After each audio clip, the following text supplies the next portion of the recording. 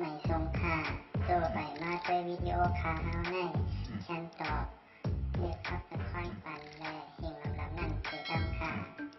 ยินต้นขอบใจใหญ่ค่ะ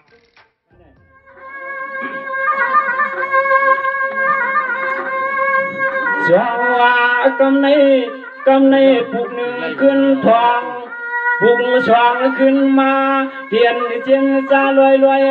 มายาพังกลมเล่าจอยกระตางเสียงก็ยินมาทอมาก่อนความฮักเดียนกันนอ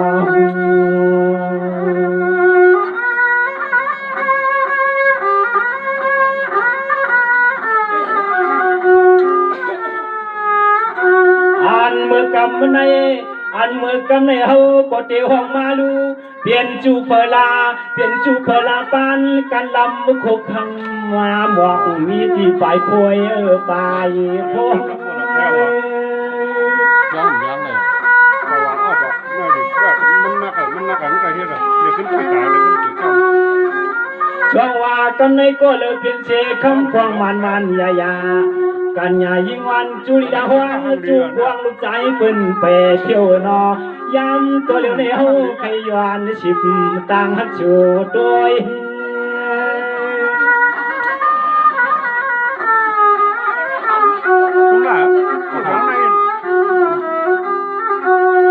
กวยากามีที่เลก็มาลูนอจูลิดาหวงจูบวงลูกใจปืนนอจึงเอาสัมปอเลยเดียวตัวเอนะตัวเอตาจึงเหอพวกเลยด้วยหยดตังละตังสาลุเย่ลุยนอหวังเลยก็เลยขนมถึงขึ้นบุญก็เลยค่ะจะน้ำมันกันแล้วก็ได้เราว่าคุยกันน้องลูกเจ๊เตี้ยเมืองเกไปทองตุกมาพากวมให้เรายังน้องเตียนน้องเก่าขึ้นน้องเพื่อนอันคือน้องวัดที่พากวมเรายังน้องยิงพี่มีนาเลยละเฮาทำมีนาเลยละเฮาทำน้อฮักน้อง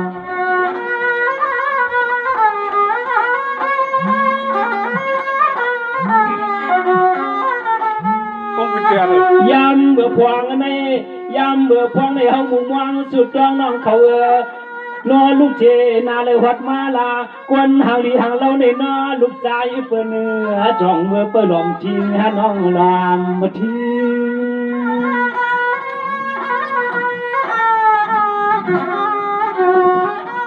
ชาวว่าน้องเมื่อเลยหันเชหางพังน้องที่เชแค่หางลีเนี่ยนาที่นั่งว่าตีเฮาขย้อนเลยมีดองกับสิบพังห่างนางยิง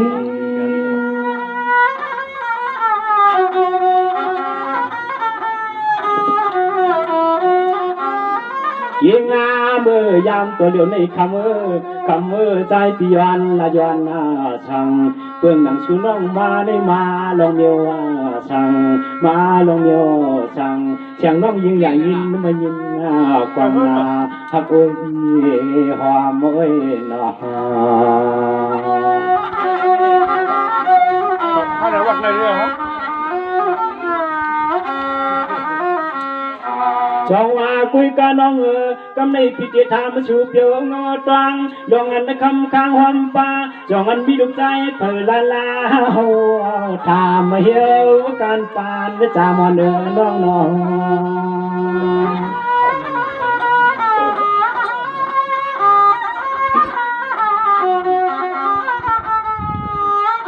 ยำเมื่อเลี้ยวในใจพี่โกเลยญาจูลีลาวังจูปวงเปิ้นทิ้งไว้นอเฮาเคยย้อนปากทำกูลายละ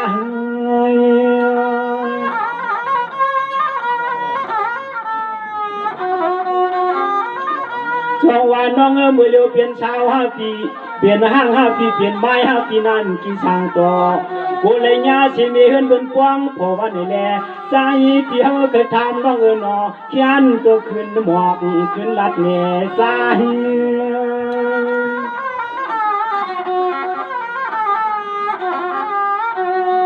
คำมาน้องชาวบ้านเมืองได้ไหนก็เพื่อนน้องมีที่เดลาปานในกายุมาหมอกดิน นอบอกวันซาจังปอปานมันเมืองเจ้าขึ้นหน้าดีป้ามาปุ่งพังหางไงนัดนางเพียนฮักอุ้ยฮักอุ้ยนอจังหวะน้องอยู่เป่าเพิ่งเมื่อวันฟังโถดินในขึ้นมีเหลือเปลี่ยนสาวเปลี่ยนมีหางมีไม้มีก็นั่นในปีถามเดียวน้องเจนใจขึ้นต่อไปอินโดน้อง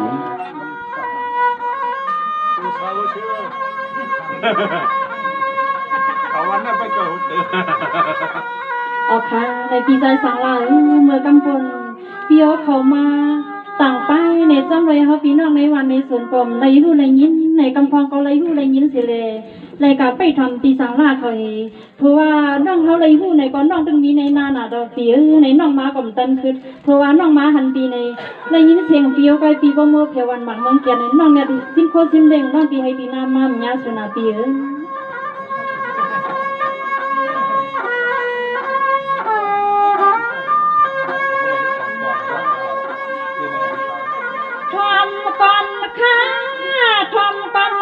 ปีสังลาสุนัขปัญหา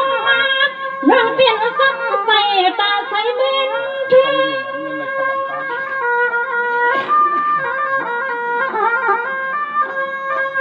เมื่อในสองปีสังลาเขาใส่เขาบอกกันแห่งสองเสือนอ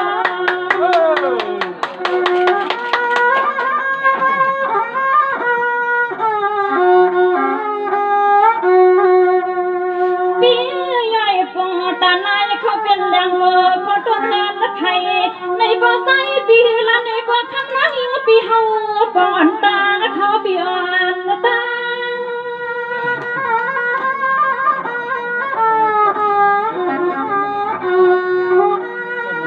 ปีเมื่อวันมันน้องก็อยู่เขาปีเศร้าหัวเมืองเสียวคำนั้นแต่สัมมาเลยต่างไปข้าวนาพดฟังหน่อยก็เมื่อตีให้ตีหน้าเยอะปีถึงว่าคำนั้นในบ่อคำนั้นปีเฮาเป็นหัวหน้าขึ้นมา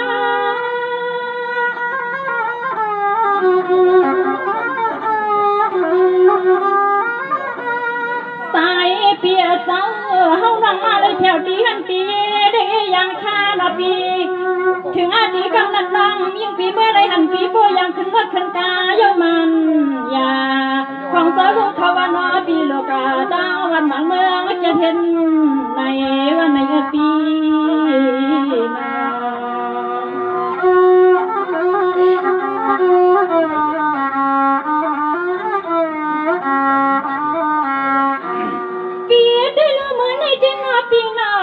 สมมันปันเตียพี่น้อสวรรค์สว่างโสพี่มาปันนังสู่ขึ้นหันขึ้นตัวน้อยบอกดีลวงพี่ส่งตาเมืองเปิ้นปันให้เฮาหันหนอพี่น้อ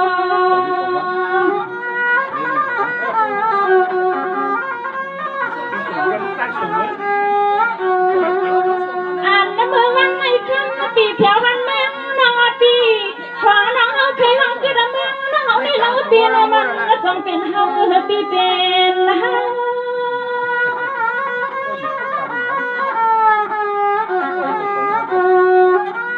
ปีพันปีทางลาเขาก็อยู่ไว้ที่ไหนเป็นนอปีนอน้องเดือนปีกะเลอันในกันปีกัดย้อนนาปีที่ในเมื่อวันไม่คำน้องตีสมอนปีเมื่อเขาน้องตรงตัดกะใกล้เมื่อใจ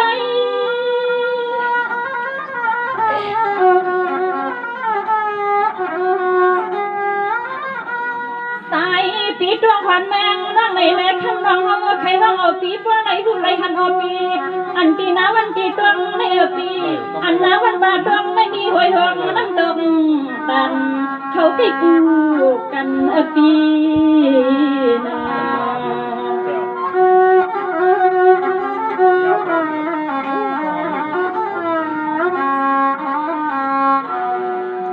ปีที่ลือผ่อนน้องปีสุดที่นาปีนาคนปีสองขึ้นอยู่ในยาทั้งมึงไม่ที่มันยานอปีทั้งในปีเดือนปียังเคยากาดินตันป่าปอยังนาปีเขาสองขึ้นบางแมงสู้ให้น้อง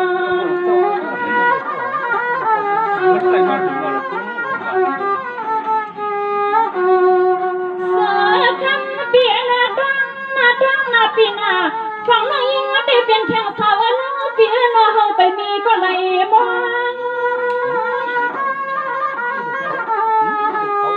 เดี๋ยวได้ครับพี่น้องบางคนนะขอ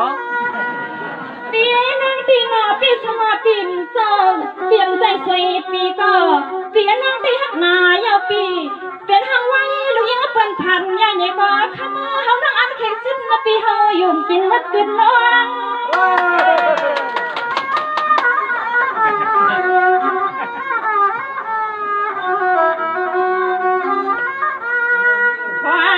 เสือมาฟังมาในมันเดินไปเจอข้อปีเพราะว่ามันเดินไปนั่งในก็นอปีมันเสมอเดือป่าเสือมันเสมอเดือป่าเสือฮับปีนา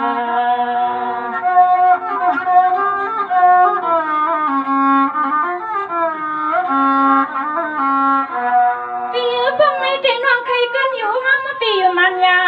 ไว้นานาการปีมีวันพงมาน้องเอได้ยินนะเขาคุณปีเดสำคัญนะเหลียเพียหันเมืองอยู่ในเสือ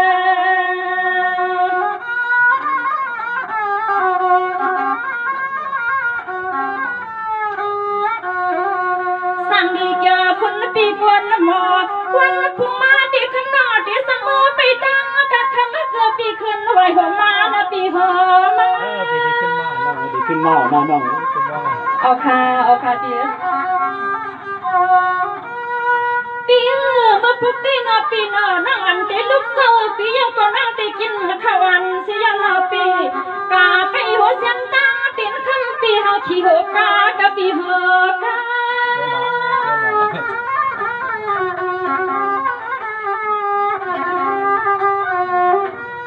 ใส่เปียสาวันไหนเฮานอนมาได้หันหันทับปีเฮาก็คำนอวันก็พอเหิงแกงยังนอปีจำไว้คนปีเฮาสมเจริญก็เมื่อที่แม่เสียวคำมายังมันยามันมาใจปีเฮาก็น่าใจน้ำคำฟังวันผมมาก็สองคนยักเลยกันนาปีนานา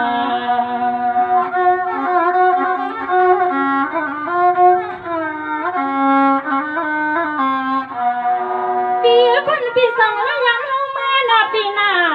วันปีสังนายังเฮามาสงเครือคนเราเปียเฮาดังตีนานานนับพันยาสูคำในเดนอ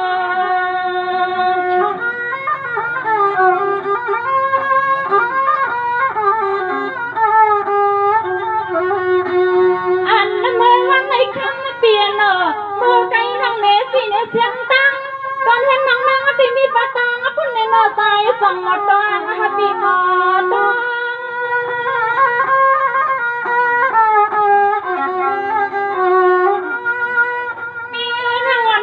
ปีหน้าเมื่อไหนนั่งละนั่นทางชาน้องเมาปีเฮายังมันยาเนาะปีตบพุ่งมาที่ข้างในอุ่นสู่มองและเข้าเสือมอง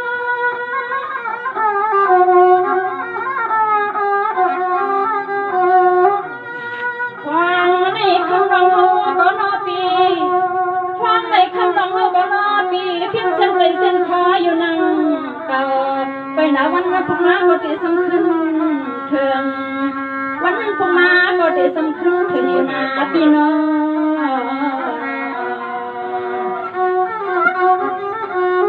ในพี่ใจสังลายจำเตยเขาตั้งเปียดินมือก็โกลักสิ่งลำลมเปียมือจำจุ่มก็เปียขึ้นมาจำจุ่มนาเมื่อพงมาน้องคำทองเป็นมือไปดินเมืองเยาวนาพี่น้องไลค์กดแชร์กดซับสไครต์เป็นกำลังใจให้ช่องเราด้วยนะคะ